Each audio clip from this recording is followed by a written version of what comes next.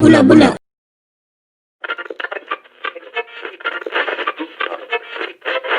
Bon dia, and welcome to episode 44, where our guest is a down-to-earth tale teller who uses her words to bring awareness to the journey of many. In a charismatic and delightful way, she shared chronicles of her travels around the world, life lessons, and her mission to educate the flowers that never wither. So, please welcome to Kubhula, the Reverend Cristiana Pereira.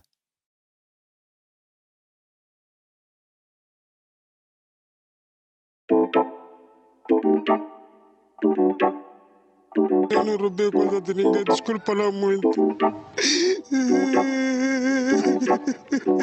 Há muito boato, há muita poeira nisto tudo, mas muita poeira. Oh, meu irmão, me deixe em paz, por favor. República Popular de Moçambique. Alguém me arranja um petisco, estou a precisar, estou a tremer aqui. Não estou a conseguir pegar nada em casa. Diga porque é que volta às celas. Não, estou à vontade, eu também estou à vontade, estou a gostar das cadeiras. Está a gostar? Sim, Das celas? sim, estou a gostar. Ok.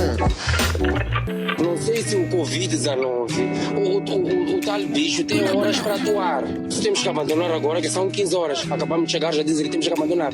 Já deviam ter nos avisado que chega à praia, a partir do momento X, o espírito ou o bicho tem hora para começar a atuar. Saiam.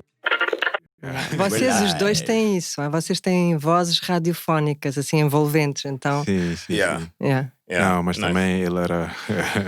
Eu fazia radio no college. Em Cape Town? No Cape CBT, Tech, CBT College Radio. 2 years. Cool. Rádio académica é muito nice. Eu porque... gravava maninho. Bom, eu não tocava as minhas músicas porque aquilo sempre foi programmed. Mas é nice. Playlists, não é? Playlist, exatamente. Mas é nice porque as pessoas fazem. Eu sempre gostei de fazer os calls. People call in, fazia jokes com eles. Estás-me a lembrar uma coisa. Diz. Epá, eu vou contar mais coisas aqui do que alguma vez imaginei. Go for it. Já temos alguma coisa em comum. É que eu fiz rádio durante a universidade. Mas na universidade não tinha. It was way back then, não é? Já foi há uns anitos. Queres dizer? 92, 97 foi quando eu fiz o curso. Não, mas tranquilo. A idade é só um número, não é o que dizem? Então, eu fiz rádio, a universidade não tinha rádio, então eu estava em Lisboa na altura, fazíamos na Rádio Renascença, que tem a RFM, pronto, que é uma rádio grande, uma rádio nacional em Portugal com alguma dimensão. E então eu fiz estágio lá e depois convidaram-me, não vão acreditar, para fazer os traffic reports. Informação de trânsito. Mas isso não era difícil? Não, o que isso tinha de espetacular e de muito animado, tu disseste que fazias os call-ins, não é? Yeah. Essa interação com o público, nunca mais me esqueço, porque nós tínhamos uma linha, chamávamos a linha verde, que os ouvintes podiam ligar com as informações de trânsito. Atenção, vocês podem não se lembrar, mas isto foi antes de haver internet, ok? Não havia WhatsApps, não havia as redes sociais, portanto, havia telefone. As pessoas ligavam, antes de irmos para o ar, ligavam com as informações. Então, o mais engraçado é que havia ouvintes que já nos conheciam, que já tinham uma relação, então ligavam só para dar um alô. Então, e qual é a situação? O que é que se passa aí na segunda circular? Não, era só para me cumprimentar mesmo. E ligavam mesmo no ar para entupiam a linha. Não, isto fora do ar, porque a linha funcionava. Nós preparávamos o traffic report com base nas informações. Bom, com base noutras fontes, mas muitas delas também dos ouvintes. Então eles ligavam para essa linha antes de nós irmos para o ar, já sabiam a hora, não sei o quê. Isso é nice. Acabaram criando uma relação, né? Com uma ligação com os ouvintes e é bom. Mas Hugo, estavas a contar, desculpa, interrompi. Não. Agora acho que não, estou a brincar, não esqueci. Acho que era sobre. Houve uma parte que made a bad joke and they called me into the director's office. Of that, but you have 3 strikes, so 2 strikes, third strike, you're out. You're out. Mas I only got to one strike. Foi inappropriate joke. Mas, yeah, foi aquelas coisas Came in that the you mood of- don't think about. And yeah, it was like one of those learning curves.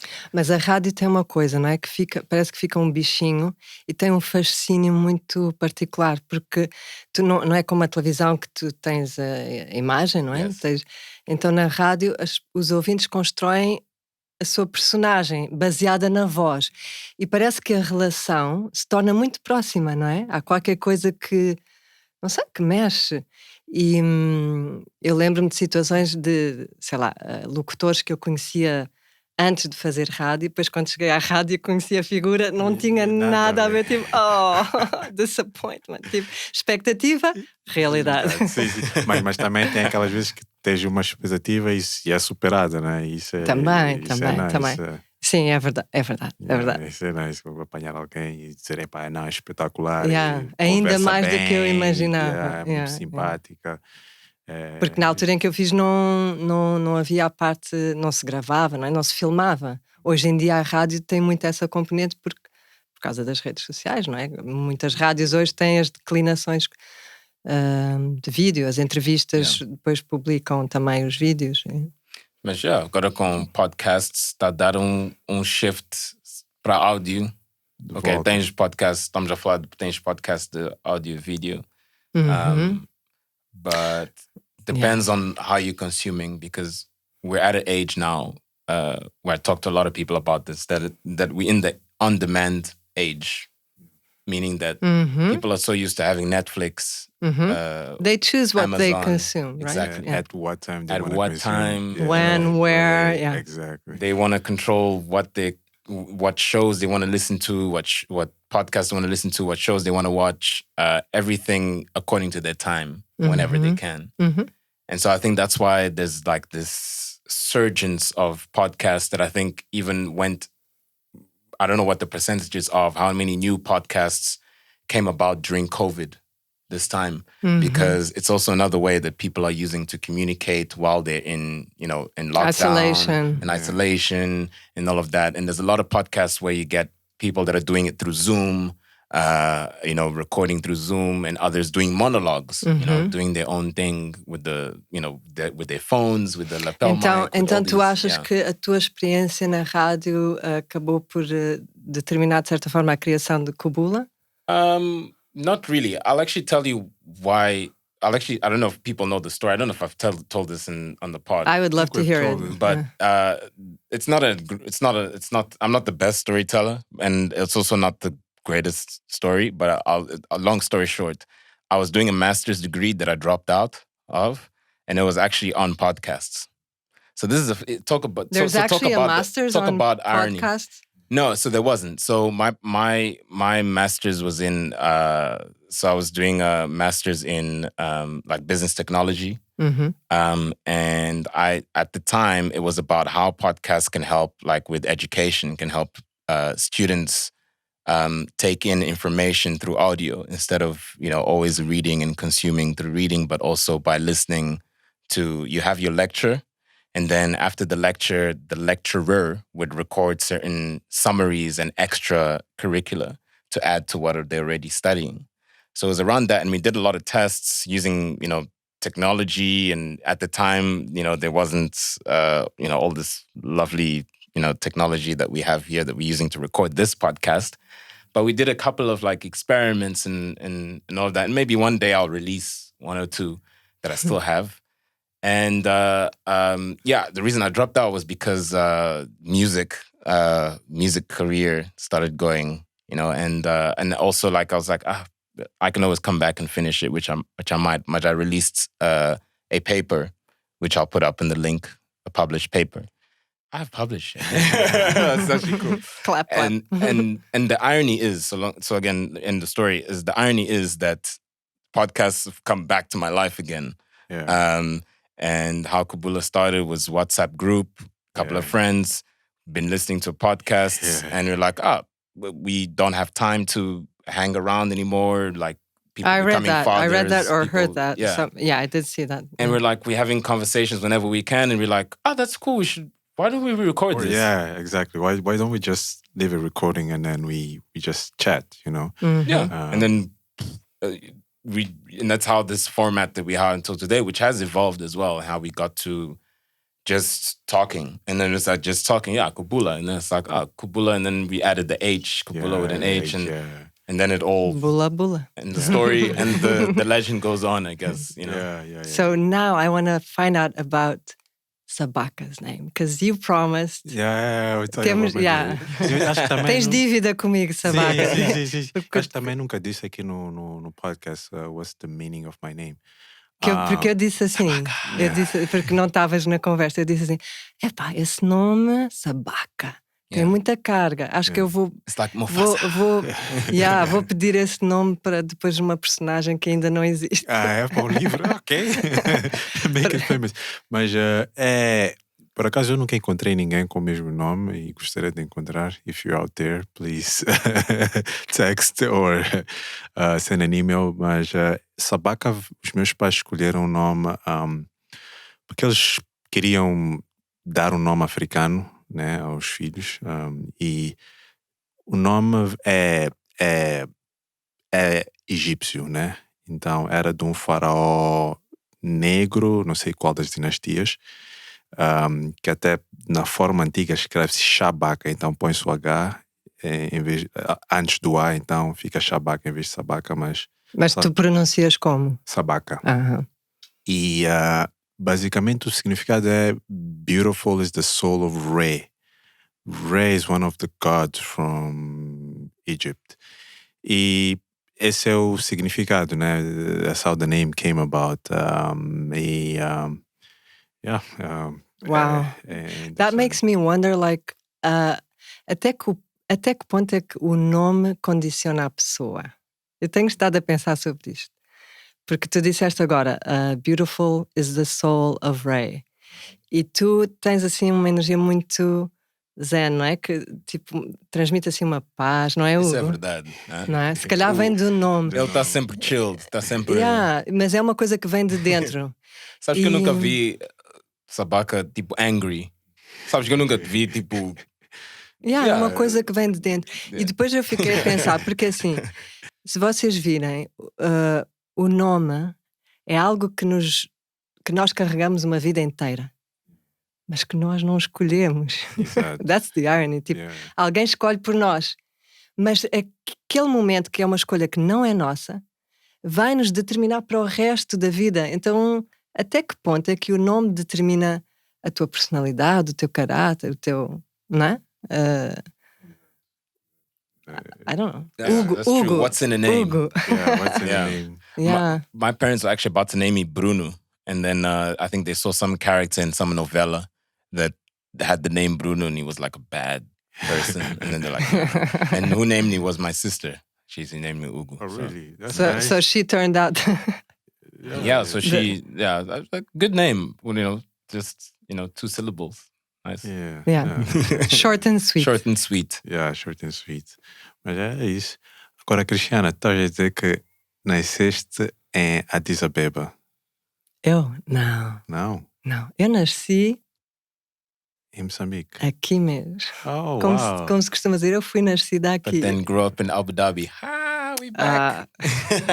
Chique. A minha história assim... com muitas voltas, e eu nasci aqui em 74 e em 76 os meus pais tomaram a decisão de ir embora. E até estava a dizer interesting time. 74, o ano da Revolução, né? Não é? Da Revolução, chamada Revolução dos Cravos, do 25 de Abril, que depois permitiu todo o processo de descolonização. Que culminou depois com a independência, não é? Em 75. Então eu nasci nesse ano, e depois, em 76, a minha família foi para a África do Sul. Meu pai nasceu na Beira. B-City! Agora sou beirense, mais bem. B-City representative. Isso explica muita coisa. E então, ele veio para a universidade aqui, conheceu a minha mãe aqui. em Maputo, e depois casaram e, anyway, saltando em frente. Daqui fomos para a África do Sul para Portugal, ficámos sempre por breves períodos em cada um destes sítios. E depois, em 1983, assim, da noite para o dia, a minha vida mudou completamente porque fomos viver para Abu Dhabi. E a década de 80 em Abu Dhabi foi o oil boom. Então nós estávamos em Portugal, numa fase muito complicada e difícil, mesmo de crise económica, social, muito tumultuosa. And overnight eu entrei num avião, na primeira classe, eu que nem me lembrava de ter viajado de avião, porque tinha viajado muito pequenina, e cheguei a Abu Dhabi, tipo, ao país das mil e uma noites, com, tipo, abundância. O que eu me lembro, eu cheguei na noite de 16 de outubro de 1983. E eu lembro-me do dia porque é a véspera do aniversário do meu irmão. Então, nós fomos no avião, eu nem falava inglês. O meu irmão ensinou-me como é que eu devia pedir a comida, porque ia passar a hospedeira com o trolley, tipo, tens que apontar e dizer I want this, I want that. E quando ela chegou eu já tinha esquecido. Eu, Paulo, maninho, ajuda.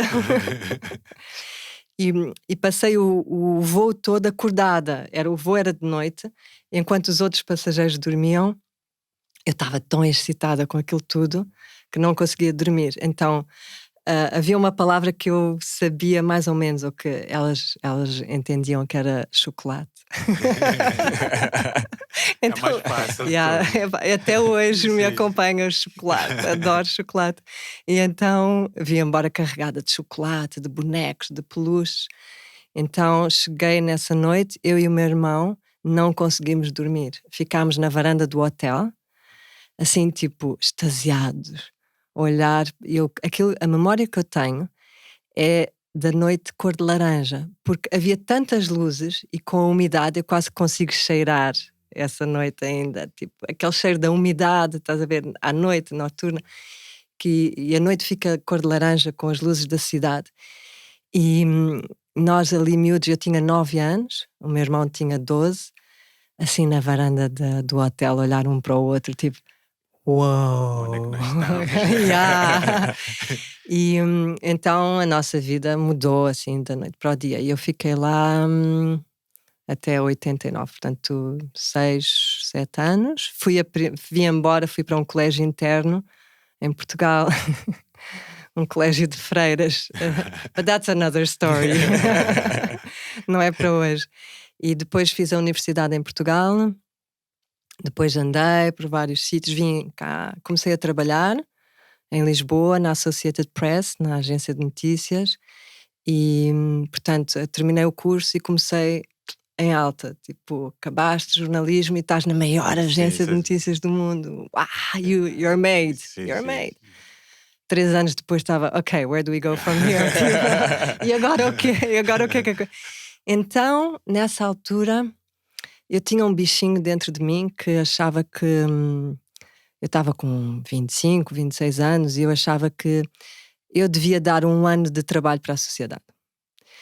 E para mim fazia sentido, se eu ia fazer isso, devia ser no país onde eu nasci, não é? E então comecei a pesquisar. E long story short, acabei por contactar um padre que vivia em Nampula, numa missão, o padre Zé Luzia, que era conhecido dos meus pais dos tempos, né? E então, nessa altura já havia e-mail, mas vou fazer um parêntese, porque eu lembro-me tão bem desse momento que existe uma revista literária que se chama Granta, que é publicada no Reino Unido e então nessa revista eles fazem, cada edição é temática, dedicam um tema, e aquele tema, aquela edição que eu peguei era dedicada à África. Então um dia à noite eu fui dormir e estava a ler antes de dormir, e aqueles clichês todos que, não é? Já sabem, não é? Estavam ali, mas grandes escritores, o Paul Theroux, já agora já não me lembro que o Paul Theroux estava lá.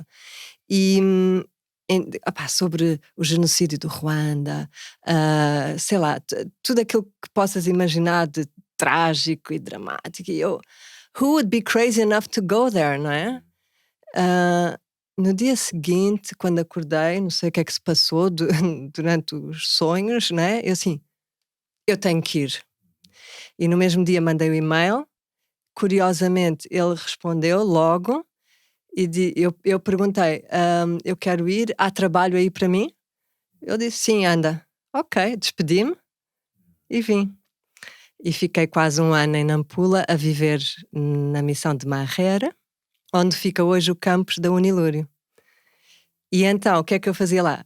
Dava formação na rádio. Yeah. Na Rádio Encontro, que é a primeira rádio comunitária não governamental da cidade de Nampula. E então fiquei a dar um curso de jornalismo, fiquei a dar formação na redação e foi transformador, não é? It was life-changing. Foi mais um daqueles momentos em que a tua vida já não vai ser a mesma. Porque aprendi muito. Eu vinha com a minha cabeça muito, não é? Eurocêntrica, muito ocidental. Pronto, o mindset, apesar de ter nascido aqui, dos meus pais sempre falarem, não sei o quê, mas eu vinha de um determinado mindset. E cheguei aqui e isso começou a ser desconstruído mesmo a nível profissional, não é? De vir de uma grande agência de notícias para uma pequena rádio comunitária no norte de Moçambique e tu de repente tens que questionar tudo e largar as tuas certezas e pronto, e abrir-te. E outra coisa também foi a aprendizagem de viver com muito pouco. Porque eu vim como voluntária, então durante um ano eu não tinha sequer pocket money, não tinha nada, foi uma escolha. Eu vivia na missão, portanto tinha alimentação, tinha cama, né, isso tudo. Tinha onde dormir, não precisava. E eu lembro-me que eu vivi durante praticamente um ano com 2 pares de calças e meia dúzia de t-shirts. E a partir dessa altura eu aprendi que eu posso viver com muito pouco. Não quer dizer que eu não gosto de estar num resort, não é? Mas eu sei que eu posso viver com muito pouco. Isso é uma boa lição. Aprender que a pessoa pode viver com pouco e ter as coisas básicas, né? Por isso é que eu acho que eu olho às vezes para os mochileiros e olho, digo que eles têm um aprendizado que fazem, né? Naquele 1 ano ou 2 anos em que vivem só com as coisas necessárias, né? E vão buscando, né? Isso eu fiz depois. Fizeste também? Sim, porque depois... Estou a falar muito, não é? As pessoas não me conhecem, são vocês, têm aqui qualquer coisa. Atenção, gente, não venham para a Kubhula, please. Vão falar coisas que não queriam.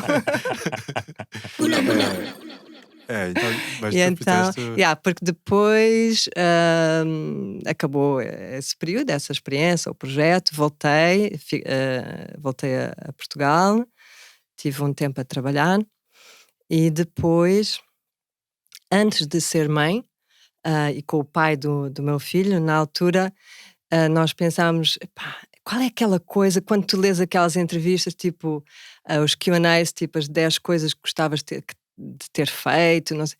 Toda a gente dizia, mesmo os grandes CEOs, milionários, pessoas que podem fazer tudo, não é? Que não têm limitações, diziam, gostava de ter dado a volta ao mundo. E nós assim, bora lá fazer isso. Mas antes de ter filhos, porque depois ficas mais condicionado. Então começámos a pesquisar e descobrimos que não é assim tão difícil dar a volta ao mundo. Porquê? Porque existe uma coisa que é as companhias aéreas têm aquelas alliances, não é? Então tu podes comprar um bilhete de avião, na altura custava para aí $2.000, para dares a volta ao mundo. E tu, durante aquele período, que é válido por 1 ano, tu podes percorrer os países que tu quiseres, desde que uma companhia aérea daquela alliance voe para o teu destino. Então o que é que a Cristiana fez? Outra vez? Despediu-se. Eu sou muito boa a despedir-me. do teu trabalho. E então para dar durante 4 meses, com mochila, com roupa para 1 semana, nós demos a volta ao mundo. E foi awesome. Saímos de Lisboa para Madrid para apanhar uma ligação para o Chile. De Chile, de Santiago do Chile, fomos para Ilha da Páscoa. Aquela das estátuas. Das estátuas, aquelas que as estátuas estavam enterradas até. Exato, com os narizes grandes. Sim, então, aqueles sítios que tu pensas que só vais ver nos manuais de geografia, que tu tens a imagem, lembras-te de ver na escola, e de repente tu estás lá, tipo, em frente às estátuas, tipo, uau! E vejo o tamanho daqueles monstros. E sabem que é o sítio mais remoto da Terra, ou seja, o sítio que é preciso percorrer a maior distância para chegar. E tu ficas tipo, mas como é que este sítio foi, entre aspas, habitado, não é? Depois, e aquilo que se passou na Ilha da Páscoa é uma amostra interessante, é quase um laboratório daquilo que se está a passar com a Terra. É que a Ilha da Páscoa foi consumindo os seus recursos, a população, consumindo, até chegar ao ponto de esgotar, como eles estão completamente isolados, e há documentos que dizem que chegaram ao ponto do canibalismo até se extinguirem. Uau, ok. E hoje em dia a Ilha da Páscoa pertence ao Chile. Então, aquilo que aconteceu com a Ilha da Páscoa, se nós formos ver lá, podemos aprender alguma coisa com aquilo que aconteceu e talvez não repetir. Exato. Eu não sabia essa história sobre a Ilha da Páscoa. Então foi uma experiência e tal. E chegaste a dormir lá na Ilha da Páscoa? Fiquei uma semana, até porque não tens escolha, porque só há voos uma vez por semana. Sim. Então tu chegas, então tens de esperar o próximo voo. Exato. E durante esses 4 meses ias fazendo, tinhas guardado dinheiro para os 4 meses ou ias fazendo? Não fomos, nós fizemos uma poupança antes para poder, só que eram sempre on a budget, não é? Sim. Tipo, acampar, os sítios mais baratinhos. Por exemplo, na Ásia tivemos na Tailândia, no Laos, Vietnã, Camboja, e tem uma coisa que consegues alojamento muito barato, mas com ótimas condições, muita higiene, pois comes muito bem, mesmo street food delicioso, as pessoas são muito gentis, muito hospitaleiras. Tivemos também na Austrália e na Nova Zelândia, e aí já não é tanto assim, já é muito mais caro, e as pessoas não são tão simpáticas. E depois Índia, e depois já era a altura de voltar. Ok. Poxa, isso é muito nice. E foi fácil dizer, ok, chega, tenho que voltar, ou deu aquela vontade de querer estender um bocado mais? Essa pergunta é muito interessante, porque olhando para trás, eu acho que tu tens uma coisa que é um bocado tipo quase travel fatigue, se é que se pode chamar, tipo quase que ficas saturado, não é? Porque é tanta informação, tu não dás conta, e nós queríamos aproveitar o máximo do bilhete, então foi aquela coisa de ir para o maior número possível de sítios, e ver o máximo possível, sempre naquela base, vamos ver os sítios mais longe, mais distantes e mais difíceis de chegar, não é? E então eu lembro-me que para o fim já estávamos cansados, e às tantas também já precisas de casa, não é? Eu adoro, eu acho que viajar é uma coisa que está no meu sangue. Sou muito nómada, mas também preciso do meu poiso, do meu canto. Exato. Eu, por acaso, fico fascinado porque existem pessoas agora, os nómadas digitais, né? Sim. Eles vão mudando de sítio em sítio, ficam 2 meses numa cidade. E eu também adoro viajar, mas também é preciso ter como é que eu posso dizer? Ter uma identidade nómada, né? Que é para a pessoa aguentar passar de sítio em sítio, porque acho que nós agora, seres humanos desta nova geração agora, né? Nós criamos muito apego a coisas e a sítios, né? Às vezes queremos ficar num sítio, queremos dormir na mesma cama, queremos... Eu achava que era diferente, que as pessoas já estão mais desapegadas até, que essa coisa das fronteiras está uma coisa que já não existe em termos administrativos ou políticos, ou geopolíticos, mas achava que fora isso que é uma coisa que tende a desaparecer, Exato. felizmente. Exato. Eu concordo contigo também. Concordo, porque acho que as pessoas já estão saturadas de ter, como é que eu posso dizer, fronteiras e coisas assim, mas acho que também há um apego a, como é que eu posso dizer, a coisas materiais, né? Mas no sentido de que as pessoas querem ter uma casa, né? E conforto e essas coisas básicas, vamos dizer, né? E não sei, posso estar errado, mas tenho essa mas isso não é uma coisa de agora, Sabaca, sim. se calhar. Não é? Não é. Bom, vamos ver agora. Não, com que esses- esse apego às coisas materiais é uma coisa que existe desde sempre, não é? Sim. Eu achava até que está a emergir uma contracorrente ou de pessoas e eu acho que até a pandemia e o período de confinamento até contribuíram para isso, para as pessoas começarem a perceber o que é importante realmente, não é? Yes. Não sei, posso... Isso eu concordo. I would always love to learn how to live with the most minimal things. Well, you should try. My wife and I have been, we've actually done well. We've actually cut down on a lot of things, especially now in a previous episode, I was explaining how being here, I have less clothes because most of my clothes are at where I actually live, which is in Joburg. And here I have only like summer clothes because, in Maputo and the weather is great and all of that. And it's actually been amazing because I've learned how to actually appreciate what I have, and also like work with what I have. Yeah. And if there's a good ending, it would be that when I go back, it will be like I have new clothes, like a new wardrobe. Exactly. But you learn all you during this time, at least for me, it's you look at all these things that are happening, and you're kind of grateful for having these things. And you're like, oh, you know what? I didn't even need all that stuff that I had. Like, I can actually do this. I'm actually surviving right now. I'm actually great. I'm healthy. I'm doing all this stuff. Family as well. What stuff? It's like it's been my biggest question mark during this entire year. Acho que é isso também que tem a ver agora com o minimalismo, né?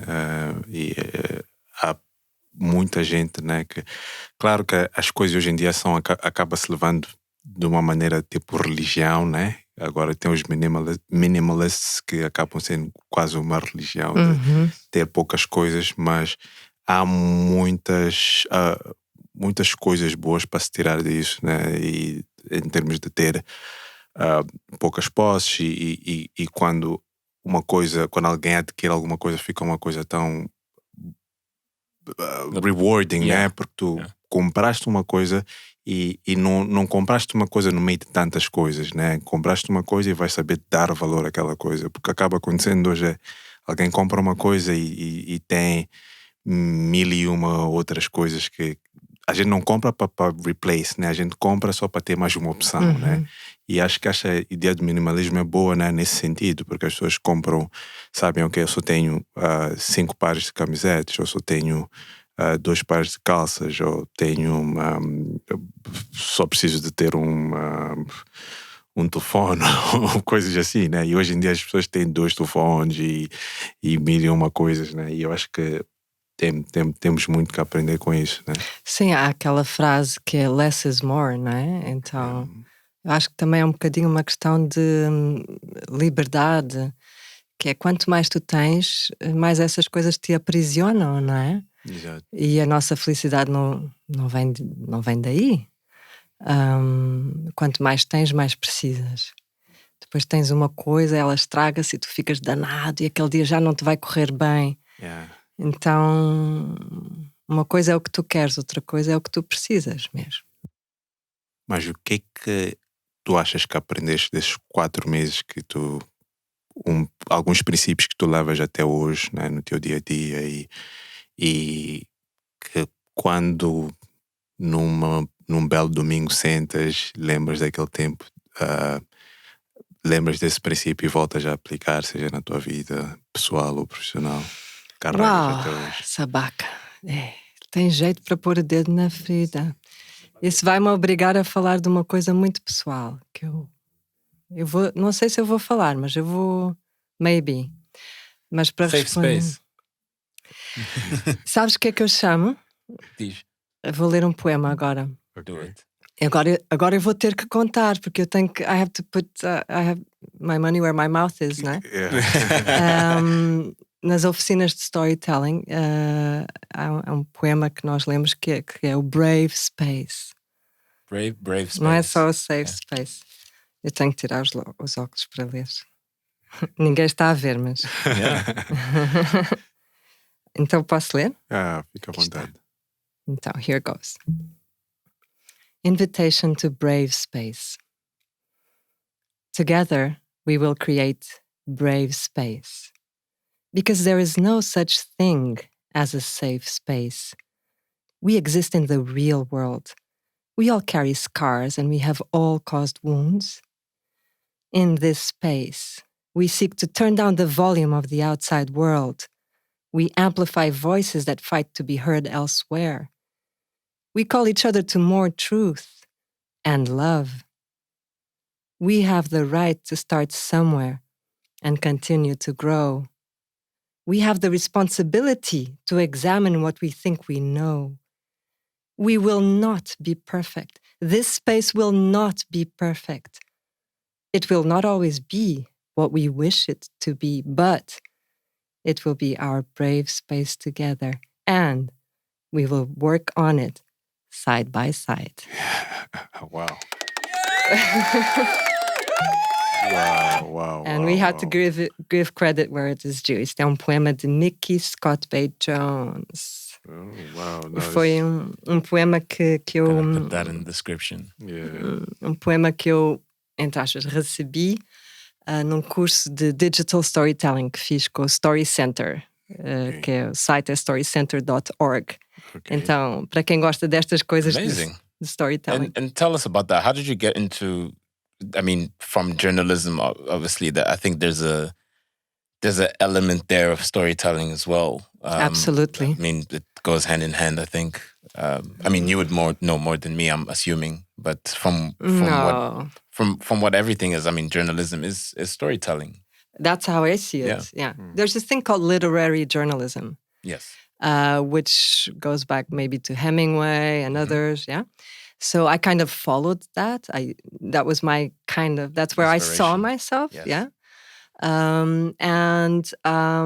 So it's been an interesting journey. I think I started out by telling other people's stories.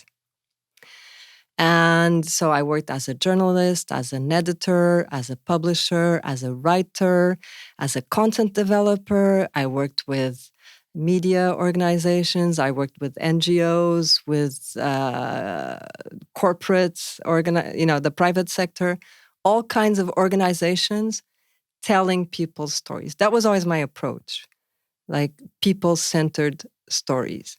And that's what moved me. And whenever, I worked for corporations, that was always my approach. Like, no one wants to know about the numbers. Tell them about how your company impacts people's lives. And so that was always my approach. And then at some point, I realized that what really fascinates me is triggering or activating the creative process in other people so that they can tell their own story. It's not for me to tell other people's stories. I love listening. I love it. I love listening to stories. But I think there's so much power in owning your story. I know it, out of my own experience. When you really own, it's not when you tell your story, when you own your story, which is different. And, if it works for me, maybe it works for other people as well. So that's why it's like a journey, because I started out telling other people's stories. And now for me, it's about getting other people to tell their own stories. So sometimes people come up to me and say, oh, I would love for you to write my book. I'm like, even my dad, I'm like, why don't you write it? I can help you. I would love to. But you got the skill. I mean, no one better than you can tell your own story. I will always be a mediator, an interpreter. I will be a filter, and I will apply my own experience, my own story, my own filters to your story. So it's no longer your story, you know? If I'm telling it, there's always a little bit of me. So now it's fascinating, and I love it. Yeah. Yeah. Sorry, so just we close out as lições do... Cheeky, I thought you weren't gonna go there. Okay, I will tell you because this is a brave space, so I think I would love to share it, actually. The lesson is deixa o passado estar. And I will tell you how I arrived there. And to tell you the story, we need to go to a little town in the north of India, near the Himalayas, called Rishikesh. Rishikesh is right at almost near the source of the Ganges River. And when we talk about the Ganges River, we imagine this like huge, like tumultuous river, you know, like, and you'll see why this is important. And Rishikesh was important for me to go because that's where my uncle disappeared about 12 or 13 years before I went there. My uncle was a scientist. He was a researcher in artificial intelligence, even before people knew what artificial intelligence was. No one was speaking about artificial intelligence. And he was doing his PhD, his research project in Sussex, in the University of Sussex in Brighton, in the UK. And he was part of a community of, he had converted to Buddhism, okay? And one time he went on a trip, he was doing a presentation in Russia, and then he was following on to India to do kind of a retreat in an ashram in Rishikesh. And no one knew. I mean, no one, because anyway. So one day the family receives a phone call. My grandfather, his father, receives a phone call from the embassy in Delhi saying his son had died, his firstborn, his eldest son had died. Like out of nowhere. They didn't even know he was in India. Imagine one day you get a call, I'm very sorry, sir, to tell you this, but your son has passed and we have his belongings.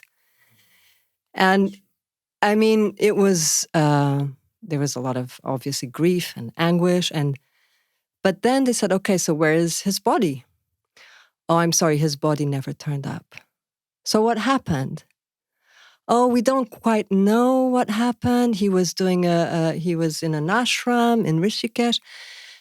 So then a lot of conflicting stories started arising. And so there was one story that he had gone swimming in the Ganges and had drowned. He was an excellent swimmer. Another one that his body had been eaten by crocodiles. And there were a lot of conflicting stories. There was a police investigation. But basically, he never turned up. So to this day, the family doesn't know what happened to him. And no one ever went to Rishikesh. No one from the family ever went to Rishikesh. So when I was planning the round the world trip, I thought, now is the time. I will go to Rishikesh. I couldn't tell my mom because he was her brother, her closest brother. So I knew that if I told her, she would be anxious like for the whole time I was traveling. So I didn't tell her. But my dad knew, and he passed me the file with like all the information that I needed to try to locate him, because no one really knew if he was actually dead. So when I finally got to Rishikesh, which was the last stop on our trip, we got there at night, and it was the eve of some kind of pilgrimage. So there were a lot of pilgrims, I remember, on the way over, like, you know, walking on the road to Rishikesh. And we were in a taxi, and when we got into town, And this is like, Rishikesh is actually where the Beatles went. It's like a holy town. So there's no meat, there's no alcohol. Everyone there is very much into yoga and meditation, very zen. And when we got there, I started thinking, the anxiety starts building up, and I started thinking, okay, what am I going to do? What's the plan? And it's nighttime, there's a lot of noise and just, movement. And I thought, okay, this is, I'm going to wander around the streets. I don't know. And the first thing I see is this neon sign, this big neon sign flashing the name of the ashram where he was, Yoga Niketan. And then so suddenly I'm like, oh my God, I know where to go now. But then it felt, oh no, I know where to go now. Like, I'm scared, man. I don't know what I'm going to find. Yeah. So the next morning I wake up and I went to sleep thinking, okay, tomorrow I'm going to wake up and go to the ashram. But the next morning I woke up and just daybreak was just bliss. It was so quiet, so peaceful. There was like, this is the foot of the Himalayas. The Ganges there is like pristine. It's green and quiet. It's very, very gentle. There were all these people practicing yoga, doing their yoga morning practice on the rooftops, and the sun is rising, and it was just so peaceful. And I thought, you know what? I'm not going to go knocking on people's doors. I'm not going to go after the information and act on an impulse. I'm going to sit here and wait, no matter how long it takes, until I feel what I need to do. I'm not going to act just. And no matter how absurd it seems, because imagine like going to this really distant place with a purpose, with a goal in mind, and then getting there and saying, oh, no. Actually, no. No, let's just sit and wait. And that's literally what I did. I just, for 3 days, we just walked around town and did nothing. I was waiting for like kind of a sign or just this kind of intuition to guide me on what I should do. And on the third day, we were riding a motorcycle down the Himalayas, like this winding road, mountain road. And I was feeling really happy and relaxed because the energy of the place just really gets to you, Yeah. Really happy and relaxed, arms stretched out, wind in my face. And suddenly I hear this voice. It says, let the past go. And I'm like, whoa, let the past go. There's no point in holding on to the past and trying to figure it out. I mean, it's not going to solve anything.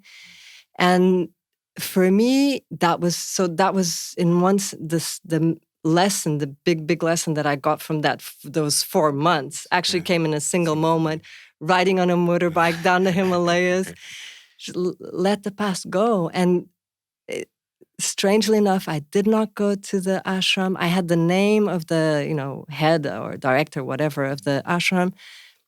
I didn't do anything. Imagine going to a place like a detective going after information and doing nothing. And so I said to my husband at the time, I said, we can go home now.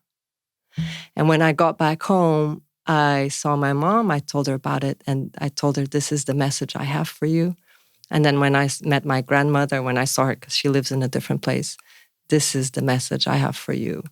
And I brought back this crystal like quartz, and I gave them each a stone from the place where he disappeared or went missing or whatever happened. So I think it was a big life lesson for me not to hold on to the past. And I think for the family, it kind of helped them make peace. That's a very, very beautiful and intense story. And actually, just brings you a moment of calmness and being in the moment. Yeah, I think also from what I heard just now, it's also it brought you closure in a way. Yeah, absolutely. That's the word. That's the word. Closure. Closure. Yeah.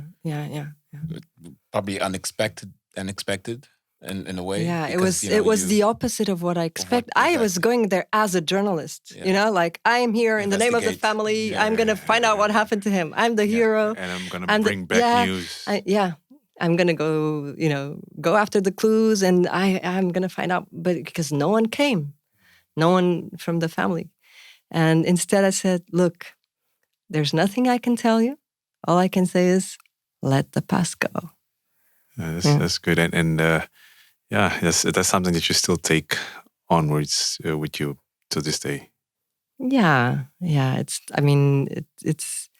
I think, our life lessons, we need to keep going back to them, because sometimes we think when we have a kind of insight or realization that it's going to, we're going to carry it forever. It's always going to be with us. And no, sometimes we have to do like a refresher, right? And go back to it. And thank you, because, through this space here, I got to go back now. And it's been a very long time since I told this story. I hardly ever tell it.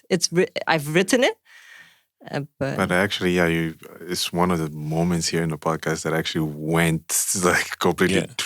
And I mean, the way you told us that story, also, I was already imagining everything. Like, Yeah, me too. Like you going down the hill the on a Himalayas, motorbike, Yeah. and actually feeling the wind. I could feel the wind too. this sense of freedom, like arms stretched out, wind in Yeah. your face. And Yeah. That's amazing. That's why for me, audio still wins. Yeah. I think that audio, I would love to do a podcast series with special effects as well. A story like that with some special effects, just to add that sort of like, of various stories. the atmosphere, right? Exactly, like the layers. the layers. Because for me, I feel the same way when I listen to podcasts. I feel the same way when I read books. In a way, not exactly the same way, but it's more. I'm using my imagination. Yeah, it triggers your imagination. You have to use it. Exactly. Then when I look at video, for example, because that's already set for me. I know that you're in a studio, or I know that you're in a park, and okay, you've already done that work for me. So my brain goes like, okay, I know where you are and all of that. Yeah, you But kind not of switch seeing off it, and just and not consume it. seeing it, my brain starts working and starts figuring out, okay, is it a noisy space? It is. And is there birds? Okay, I can hear birds. Is there, all of these things that I think, for me anyways, I'm sure a lot of people maybe, I don't know, feel the same way when you're listening to something or listening to a story. Yeah. For me, actually, I think we never talk about this. Maybe in the early episodes, The censored ones. Yeah, the censored ones. The best ones. Yeah, maybe we'll release those one day. But Brave space. Yeah. Someone brings us a briefcase, full of moolah. Then we can think about it. But actually, my favorite podcast is called Hardcore History, and it's like it's an intense podcast. Each episode, it's probably like 3 to 4 hours long. And it's this guy, his name is Dan Carlin, and he's a amateur historian. So he wants to tell the story, for example, like how the human civilization deals with, say, violence, right? So he starts reading all these different books, like on how, like, the civilizations used to celebrate, like, doing sacrificing someone that stole or killed or committed a crime, because back then you used to have all these stadiums packed just to see like a very ugly thing happen, like either gladiators or whatever. So Executions. Executions. So so I'm talking about this because Dan Carlin, he tells the story in such a vivid way that he starts reading like accounts from people that were there, like that they wrote in their diary. So he's talking on a podcast and he's like, okay, guys, here I have a story from so-and-so. And then he switches the voice and he starts talking. So audio brings all of those little things, those mysteries. And if you have the right person telling the story, like it brings it up. Like, and that's why I actually like this, like when you read the poem and when you told the story, actually it made me focus and understand and see those things with my imagination, and that's beautiful. Beautiful. Thank you for really saying beautiful. that. I wonder what, like, somebody probably has studied this, but like, there's so much talk of attention span in social media now, and like I was doing the digital storytelling course, and the memo is don't go for more than 3 or 4 minutes because people are not going to watch it, and we all know that the video. I mean, after 2 minutes, then everyone starts switching off. We know that with our podcasts. No, but you get these 2 or 3 or 4 hour podcasts that people listen to.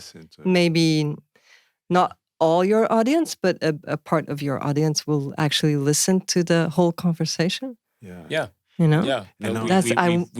look at our analytics and our stats. Oh, yeah? And yeah, it happens. We can see. Can you track that? If people are switching off or... Yeah, we have entire episode. We can actually Please let me know when... Guys, do her a favor. Just leave it playing. Yeah. And walk away, but don't switch off. Just leave it playing. No, but it's interesting. It's fascinating because the truth is, not everything is gonna apply to everyone. Yeah. We've noticed that with our podcast is that we have, because our podcast we have multiple guests. We're not to a specific subject. This podcast is not about sports. It's not about art. It's not about politics. It's anything really. So how do you pick your guests? Yeah, random. Yeah, it's random. That's always a good criteria. Yeah, that's the best criteria. It's random, and actually, So let me add 2 more things. First of all, it's random. Second, it needs to be a person that has good conversation skills. How do you know that, though? How do we know that, Sabaka? Please explain. You assume they have good conversation skills. We assume yes. Yeah, but I'm just going to be quiet for a while now. So, we need conversation skills in the sense that, like, they have a story to tell, or, they have something to share. Let's put it that way. Don't we all? Not everyone. I think everyone has something to share, but not everyone wants to share. So I think that's the difference. Very true. And I think the third thing is, we want people we want to shed light in things or stories that need to be amplified, and and that's our aim, because this is a very long format, and it gives you time to explore different topics and to talk, and I think sometimes when you have chats, so when it's like interviews, it's only 20 minutes, 30 minutes, and then they still cut that down, and then they still cut it down, and then So I mean, this, right? A little bit. And just to add to what Sabaka is saying, I think that also another element to this is, for example, with guests, to be honest, we aim for people that have good conversational skills, but also sometimes it can be a hit and miss. But also what we've noticed is, like, guests, once we start going and we start getting into the episode, they get more comfortable and we continue going. But also, I think that the fact that it's just audio also gives it a certain, for example, if we had like 2 bright lights and 2 cameras, then it's like, oh, how do I look? Yeah, it just kills the spontaneity. Am I sitting really well and all of that? Like right now, I'm with shorts and without slippers, barefoot, and I think we all are actually. Slouching, and no one, and it's You're not slouching. Yeah, but it's just like I can be doing whatever it is, Yeah. You're shirtless though. Indeed, I am. I've been working on this one pack for a while. Flexing your muscles. Especially this year, I've been just working on this one pack. I'm trying to concentrate here. We will not be releasing these photos. But I think that also helps. Because I think once you have like the cameras and the lights and all of that, people tend to change character. There's something about cameras. I mean, I've witnessed like people who are really at ease, and then when the camera starts rolling, It's like, they literally freeze and just not a single word comes out, to the point where in that specific situation, we had to ask someone else to do the interview because the person just froze. And what is it about cameras? I mean, I don't like them, to be honest. I know I'm not. Yeah, I think it's just this, this artificial thing that it's looking at you. Mechanical and cold. That you feel, it's not a person, but you feel that a person is looking through you know to what? it. You feel like a million people are looking through that lens. Exactly. It's not just a person. not really it's like looking, but judging. the unknown. And judging. You're Yes. feeling Judging. judged. I think You said it. that's the thing. I You think said you feel it. like You someone's judging you. You feel judged. Yeah, you feel judged by a machine that has the weight of a million people. Yes. So that's weird. Yeah. I don't know, but it is what it is. But what do you do to zen out when you get to a point where you need to relax and unwind? I do it every day because I don't want to reach the point where I feel like I need to unwind, Yeah. Although you always have peaks. Yeah. I work less. Okay. And I try to enjoy more. You need to it took me a long time to get there. Well, that's wisdom right there. It took me a long time to get there. Too hard. And it wasn't always pretty. Yeah. So, meaning that, of course, sometimes I take time off and I love to disconnect. I love going to places that have no coverage because then I have an excuse to unplug. Just this past weekend, I was in a beautiful place with 4 other friends on a storytelling retreat. Wow. Storytelling and yoga retreat. Wow. And that's definitely a way to recharge. But on a daily basis, I have my practice. I do a little bit of yoga, a little bit of meditation.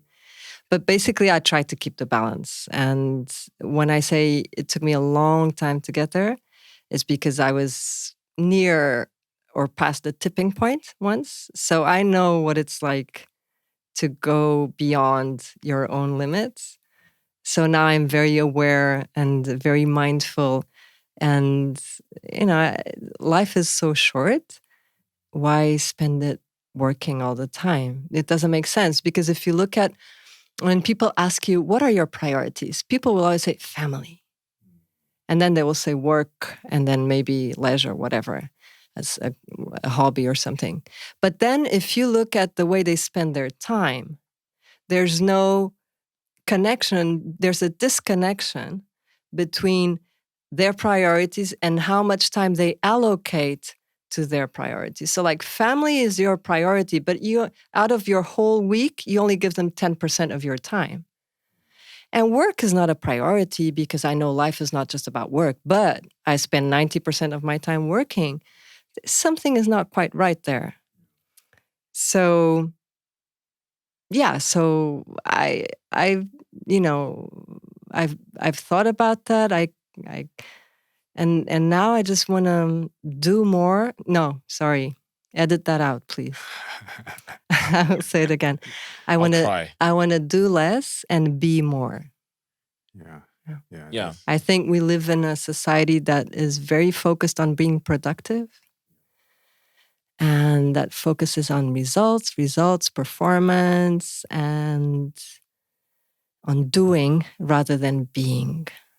And we are very anxious as a society. Amen to that. Yeah. Actually, one of our last guests, he was saying that there is meditation, but there's also boredom. You could if you are bored, that's actually a way of, how can I say, unwinding and pushing and being in the moment, and also taking out, not doing anything. It's actually a doing way, nothing. Doing nothing. It's an exercise, and it takes a lot of work, actually. Exactly. I know people that don't know how to do nothing. I've learned it. There was a time when I was like, like full speed, and I've learned how to enjoy just being still and doing nothing. Yeah. Yeah. It's very important. Which doesn't mean I don't work, people. I do work sometimes. You're preaching to the converted. I can see that. Sabaka, I mean, myself, I practice meditation as well, and for me, it's like I find a lot of strength in stillness. So exactly what you're talking about right there is exactly what I try and do at least twice a day. But you know what? I think, you can practice, like take time out, and it's good to allocate some time to that. But then there's the kind of, how shall I put this? You don't need to sit quietly in a corner in a dark room and to meditate. You can just be in meditation throughout the day. And, either eating or walking. Yeah, even here as we talk, This because is even listening actually, to music, and that's also some. Doing podcasts, I think for me at least, and I'm sure Marcio's not here, he says the same thing, is that we once we're done with an episode, like I come out with a lot of energy once we press stop on the record. It's like, it feels like it's been a therapy session. I've got it all out. And then talk therapy. Yeah, and it's like, it's amazing. Like, I actually get home, everyone's like, hey, you look so zenned out. And I'm like, I've realized that actually. Yeah, and actually, I think it's because we are in the moment and we switch off our phones. But I will tell you something I did this weekend, which is a kind of a way to unwind, which is like the exact opposite, is going down a dune in a bakkie at full speed and like screaming your head off and like No, but down the dune. That's and then, also therapeutic. Like I think it's been like 30 or 40 years since I screamed my lungs out like that, and it was so releasing. Releasing. It was total There's release. various ways. People also have fun, have fun. Work people, hard, play hard. Yeah, and people do it. That's my brother's motto, I think. I've always been fascinated, like, with people when they say, like, oh, I went hunting, for example, and people also have that when they go hunting, and that's their way of unwinding. Other people playing golf. I have a problem with that, but yeah, me too. But we're about to publish a new book by Formiga Juju, and it's on conservation. And so hunting is the thing is, I'll tell you, it's not hunting for food, but hunting as a sport. It's just sorry. Actually, also, like I don't think hunting for sport is really good. Like I wouldn't do it. I'm trying not to be judgmental, but being judgmental, I don't think people should hunt for sport. But if you hunt for food and you need that food and you're gonna eat it, it's a different thing altogether. By all means, altogether. Yeah, but as a sport, where it becomes a trophy or some sort of just to kill a living. It's not being judgmental. It's just wrong. I'm sorry. Yeah, it is wrong, and I mean, it's really scary that what we are doing and at the rate that we are doing. I was watching David Attenborough documentary. I think it's David Attenborough. Yeah. His latest documentary over the weekend on Living Netflix. Planet. Living Planet. It's amazing. Brilliant. And recommend for whoever's listening to exactly. This. And I think the thing that was actually hitting me the most was the percentage dropping on the like places that haven't been destroyed in the world, like the amount. And you know what? Mozambique has a few of those places that are becoming endangered. Yes. But they are still intact. I'm not going to say them, so they will stay intact. Yes. Hopefully, and yeah, it really. It's heavy, that you're seeing this, and I just get scared when. And there's all these like hunting TV channels now, and all of that. Like, it's becoming, it's scary because it's kind of. What I wonder, like what's the buzz? What gets people going? Like pointing a weapon at and the worst thing is even some styles of hunting. They build like a little deck here, right? And then they have one fence here. They open it up, and then they let animals run. Just across people that are there with their guns, in their little hats, whatever, and then they shoot animals, and then they say like, "Oh, okay, we went hunting and I killed like a zebra." Or Imagine the case. animal turning the gun on the hunter, right? Yeah. There's this proverb, and it's an African proverb, or so I read, and it goes like, "Until the lion can write, the story will always glorify the hunt." Yeah, exactly. You've heard it, right? Exactly. Yeah. I love that because that's the story. you for can imagine everything. the lion sitting around the fire at night telling how the hunter looked ridiculous in his pants and exactly, and his little hat and his little hat. Yeah, Cargo pants. But so what's the story that you're trying to tell with this book, Formiga Juju? So the new book is a love story. Wow. Okay. And it's it's a love story between the river and the forest. So the river and the forest are in love. They've been in love forever. And what happens is Juju is an ant, right? Formiga Juju. And her friend, the elephant, is really mad one day because he goes to the river to drink, and the river is dry, and there's only a single droplet left. And so the elephant Matuba is complaining and making, like, "Mrr." And she's like, "What's wrong with you? Hey, where are your manners?" And he turns around and leaves. He turns his back on her, doesn't even want to talk to her. So she asks the river, like, "So, river, tell me what's going on." And he says, "Haven't you noticed?" And she realized there's only a drop left. And so what happened? And he explains, so, that the forest and I, we are in love. So when the forest is upset, or if she's sad, I dry up. If she's mad, I overflow. And so now she's sad, so I'm just drying up. So this is a children's book. So the idea is for kids to realize the interconnectedness, how everything is connected and how we are all interdependent. So if one part is not okay, the rest cannot be okay, right? The other parts. So the forest is sad, the river dries up, the elephant gets mad. And so then they set out, the Formiga is like, Juju is the hero, so she goes with her friends and she crosses the ocean searching for help to solve the problem. And she finds this parrot. I can't tell a lot about the story. Then, well, you can read the rest when it's out. It's coming out end of November. But so basically it's a story about what they realize is, and I don't mind, the spoiler alert, but basically the idea is the principle is when you talk about conservation and with kids in general in education, many times we tell them don't. Yeah. That's how we educate. Don't do this, don't do that. You are not allowed. Yeah. And we've turned it around and we try to get the message out that what you should do and not what you shouldn't. So in order to protect the forest, we need to love the forest because you only protect what you love. To protect, you must love. And when you love, you protect, you care for, you look after. So that is the message. Like, we temos que reaprender a amar a floresta.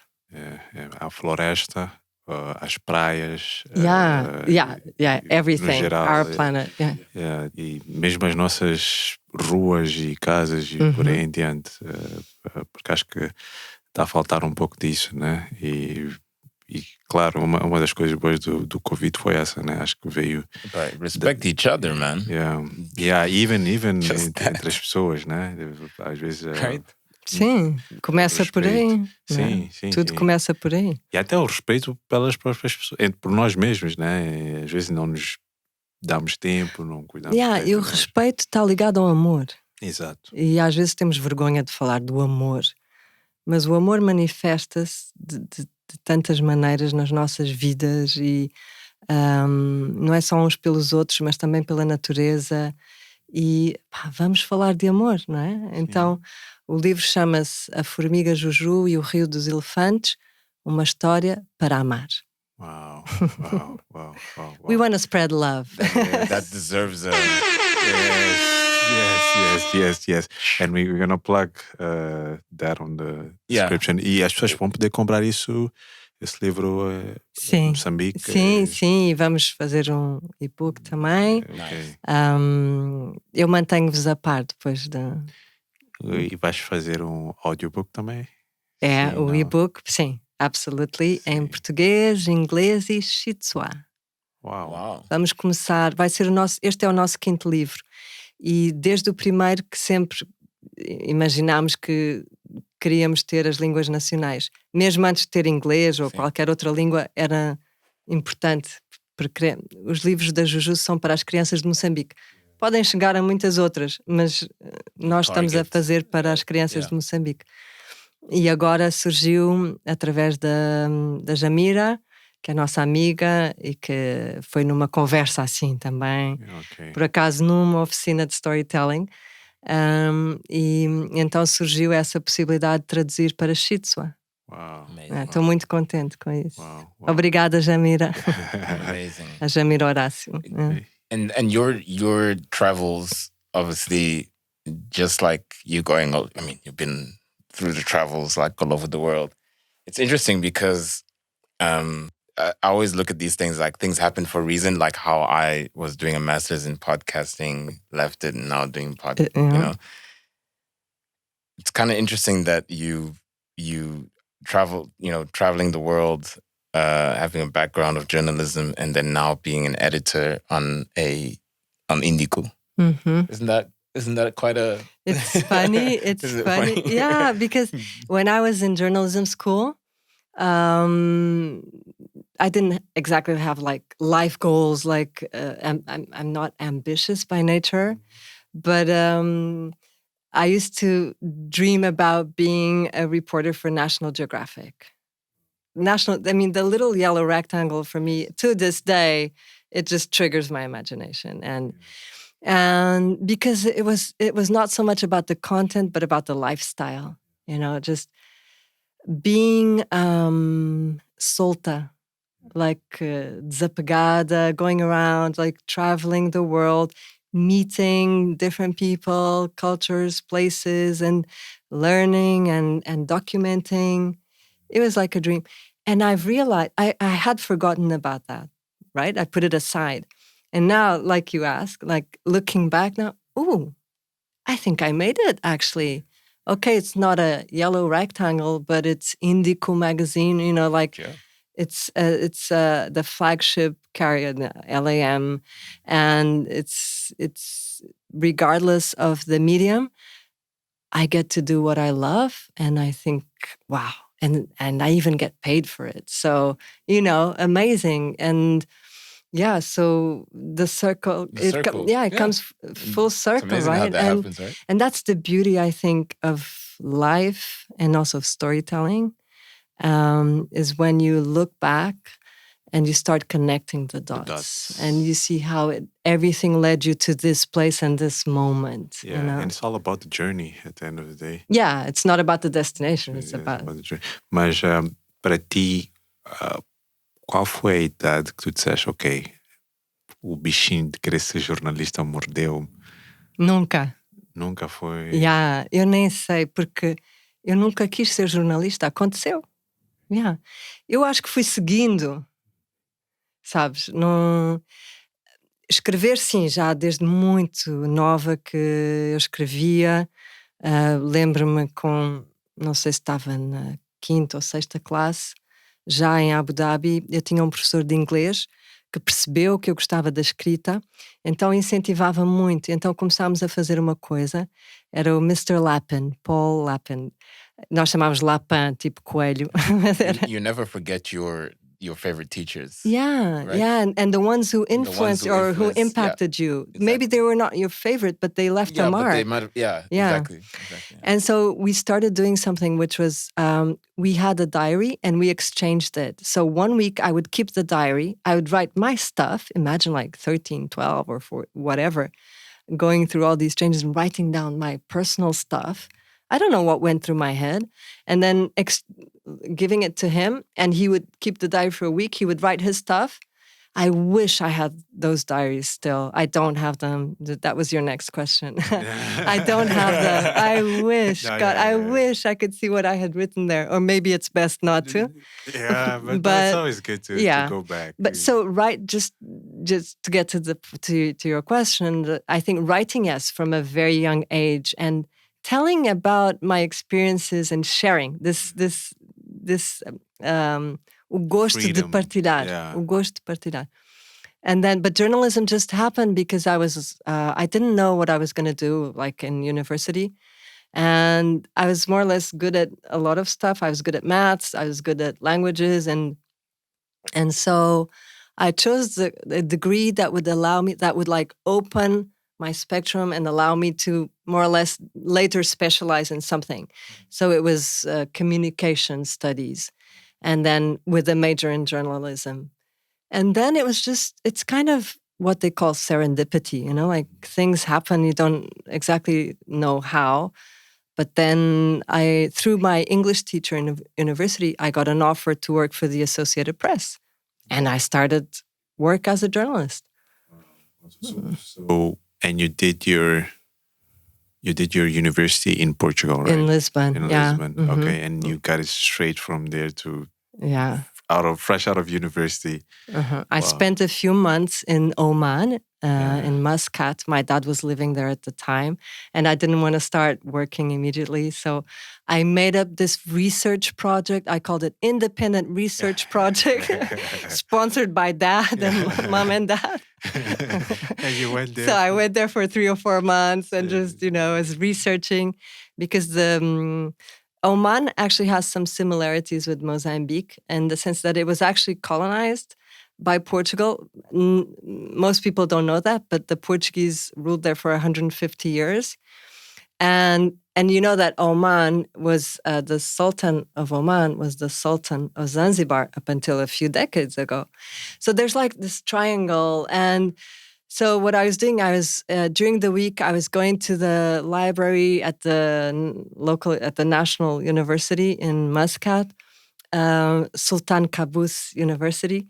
And then on the weekends, my dad and I would go on these road trips to check out the places that I had read about during the week. There's a lot of forts and, 16th century forts or so. And so I was reading about it in old documents from those back in those times. And then my dad and I, we had a blast. We had, that's amazing. yeah. Those are stories you keep for forever, basically. Absolutely. Yeah. That's amazing. That's really amazing. And what's this other book that you have here? Oh, this book. This is something that a book that I made last year with the Port of Maputo. They have a project on inclusive employment. So they have employed a group of 16 people with disabilities.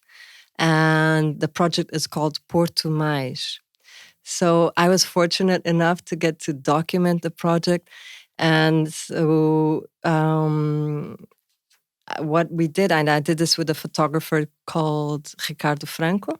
Yes, so he's a friend of the podcast. Okay, so he made the pictures, I wrote the stories, and it was beautiful and challenging and very rewarding because, again, I didn't want to tell the stories. I wanted them to tell the stories. Yeah. So what I did was I interviewed them. I interviewed the families, the work colleagues, and then I tried to write the stories through their own voices. Of course, in some cases, there were people with Down syndrome that can't really speak, but you just kind of try to connect with them, and through their families, and you just try to imagine what their voice is, or just to capture their voice. There is a voice, even if you don't speak. Yeah. Voice is not limited to speech. Yeah. Right? Yeah. So it was a beautiful exercise for me, and I just loved it. And it's one of those times where you say, like, wow, I really get to do this. Yeah, I am and one lucky person. And I'm sure looking at the final product, it's gratifying. It It is. fulfills your And soul. it's called Estamos Mais Juntos. We are closer together. And it's a play on the expression Estamos Juntos, which we all know, like, very Mozambican. And then the name of the project is Porto Mais. So the title is Estamos Mais Juntos. It's not because Estamos Juntos has become an expression and we use it like it's almost banal. Yeah. Estamos Juntos. But juntos, if you maninho. stop to like Deconstruct it, estamos juntos, unidos. Yeah. So we need to get even closer together. Yeah, exactly. That's amazing to be able to do projects like that, right? Yeah. Yeah, I mean, It's a I document it something sounds like like a cliche when you say I feel blessed, but I feel happy, grateful, and eager to do more. And yeah. We need to talk. Yeah. I may have some. I'm involved in malaria, so Nice. yeah. Okay. We'll Let's talk talk offline. Let's talk. And Cristiana, where can people find you online? Instagram? Do you Instagram? Do you? Yeah, really. I'm on Instagram. I have a private account, and it's hashtag Mutiana74. And and where I share a few pictures. I really like taking pictures and capturing moments and textures and just feelings, I guess. And so I am a random Instagrammer, I would say. Yeah. Random Instagrammer. Yeah, kind of Like like me. I also like just take pictures and I go like a year or two without posting, and then I post. But yeah, that's amazing. And then we have Formiga Juju is on Facebook and on YouTube. Yeah, I don't have. I'm not a very social media person. Yeah, I don't know. No, that's good. That's good, and I'm sure, and also, a lot of people know Indico, the airliner magazine for LAM. Obviously, that's then available. Sure, there's everywhere. We have True. Yes, exactly. If you're a woman that is busy, sheesh, and for someone who says that she doesn't, She doesn't work do a lot. Yeah. Really, does it come across like that I do so much? No, but you're very zen right now. You're very, which I we will. can see. I will share something with you. Okay. Okay, so I went through a really rough time a few years back, like 3 or 4 years ago. I had to take time off for health reasons. I went overboard. I worked myself to the point of becoming sick, right? I had burnout. And which is, I avoid the word because it's a bit of a label, but there's, that's what And there's it's also called. various ways of having that. That's the thing. Maybe it's burnout for someone is not the same as burnout for. So, but basically I went overboard, past the tipping point. I worked myself sick. And that made me take time off to recover and just rethink everything, reset. And one thing that came out of there is because then I got a few job offers and I kept turning them down for no apparent reason. But I worked out what my criteria is, and I will share it now. Fazer coisas que gosto com pessoas que gosto. So, if it checks both boxes, then I'm in.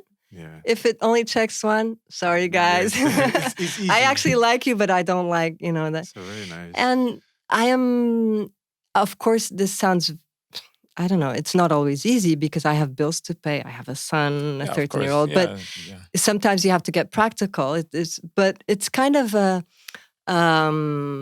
guiding light, como é que se diz, farol, like, it kind of guides me, and It's like a compass in a way. Yeah, like a it's- compass. Thank you. It's like a compass, and it keeps me in check. Because a compass Yeah. has a Yeah, it magnet, just- so Yeah, you're then it's finding Yeah, the it right points people. north. It Yeah. points And to north. it's a good decision-making system, basically. That's what it is, because, That's it. actually some people have this decision-making system where they say, like, if it's not a hard yes, it's a no type of thing. Like, if they don't feel too... Someone told me that just this weekend. Yeah, She said, um sim sem certeza é um não com yes. certeza. Exato. So that's also like And a lot of times you know in your gut. yeah, You know the answer already. Exactly. Olá, eu sou a Cristiana e vocês estão com Kubhula.